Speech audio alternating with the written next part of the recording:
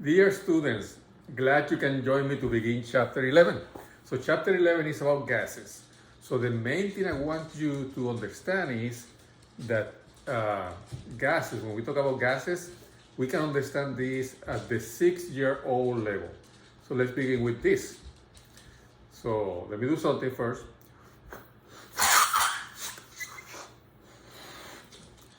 I want you to take a look at this, and I want you to predict what will happen if I add more air to it. You think about it for a second.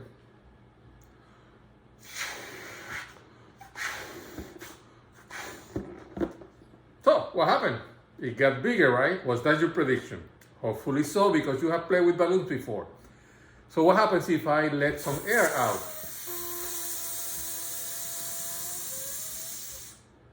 It gets smaller. So the air that I'm putting in is matter, right? Nitrogen, oxygen, carbon dioxide, and so on. So what we are seeing here is that the amount of matter or gas that I'm putting on the balloon affects the volume. So two things that are going to distinguish gases. You can talk about gases in terms of amount, how much I put in there. That could be moles or grams. And you can also talk about gases in terms of volume. So let's think about something else now. Remember, we're thinking about like a 6-year-old. So I'm gonna have my balloon again. And I want you to predict what's gonna happen if I take this balloon and I put it on my refrigerator. So what would happen with the balloon? And remember, the balloon, if I put it on the refrigerator, it's because I close it and so on. So the amount of gas is not gonna change, but you will notice that the balloon is gonna get smaller. So not only are gases defined by how much you have or the volume that they take, they're also defined by the temperature where you find them. So keep that in mind. So volume, temperature, and the amount affects that.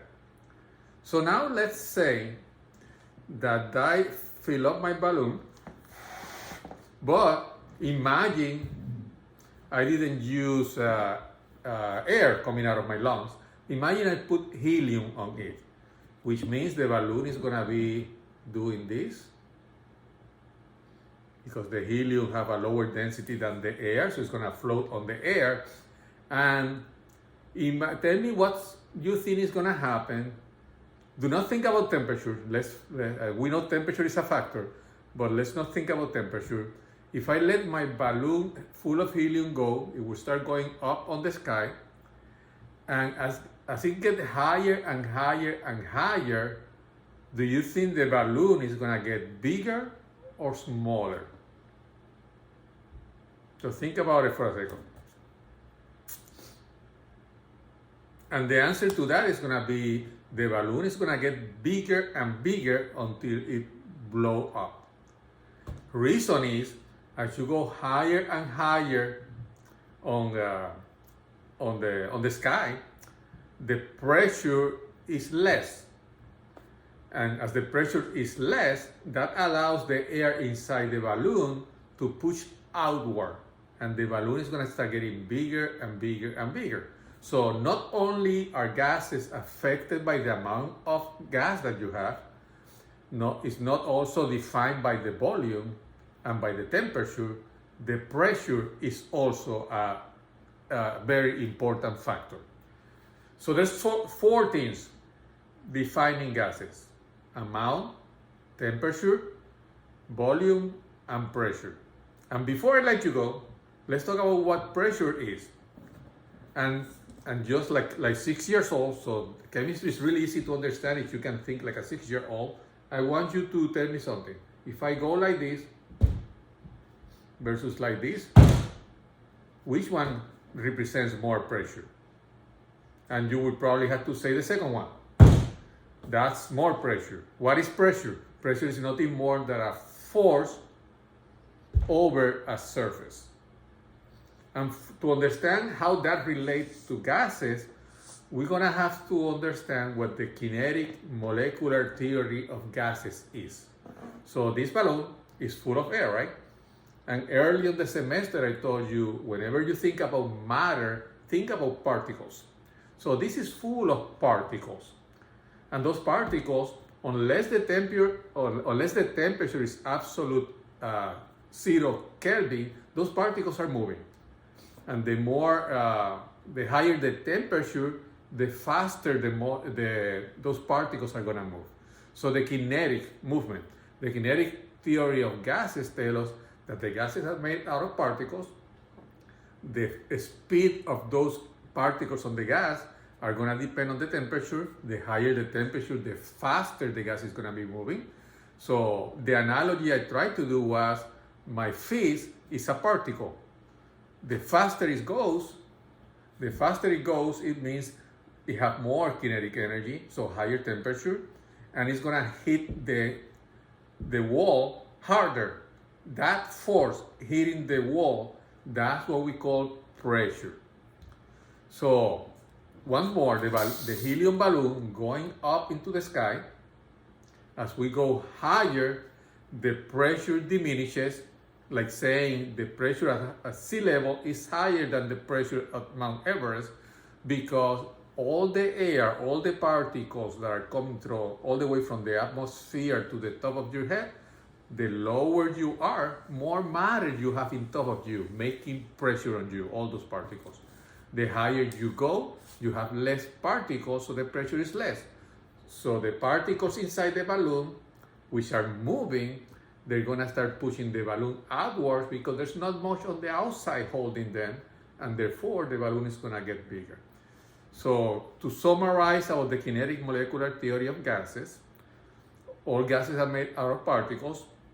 The particles are always moving unless it's 0 degrees Kelvin.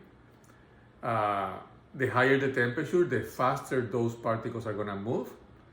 They're moving so fast that you're not gonna find two particles close together. They're always gonna be very, very far apart from each other.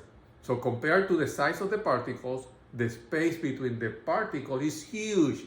It's an immense empty space in between the particles. And when these particles hit the container, like in this case, the container is the plastic, right? That force of the particles hitting the container, that's what we call pressure. So, hopefully defining gases in terms of 4 properties, the amount, the temperature, the volume, and the pressure, will allow you to understand everything that this chapter is talking about with all the gas laws. So what we're gonna do on the next subsequent recordings, we're gonna look at how we can compare the pressure and the volume and all those properties using formulas, mathematical formulas. Like for example, I told you, if I have my balloon and I put it inside the freezer, it's gonna get smaller. That's actually the Charles law. Charles law relates volume and temperature. The lower the temperature, the slower the particles are gonna be moving. Therefore, they cannot push the balloon out, so it's gonna get smaller.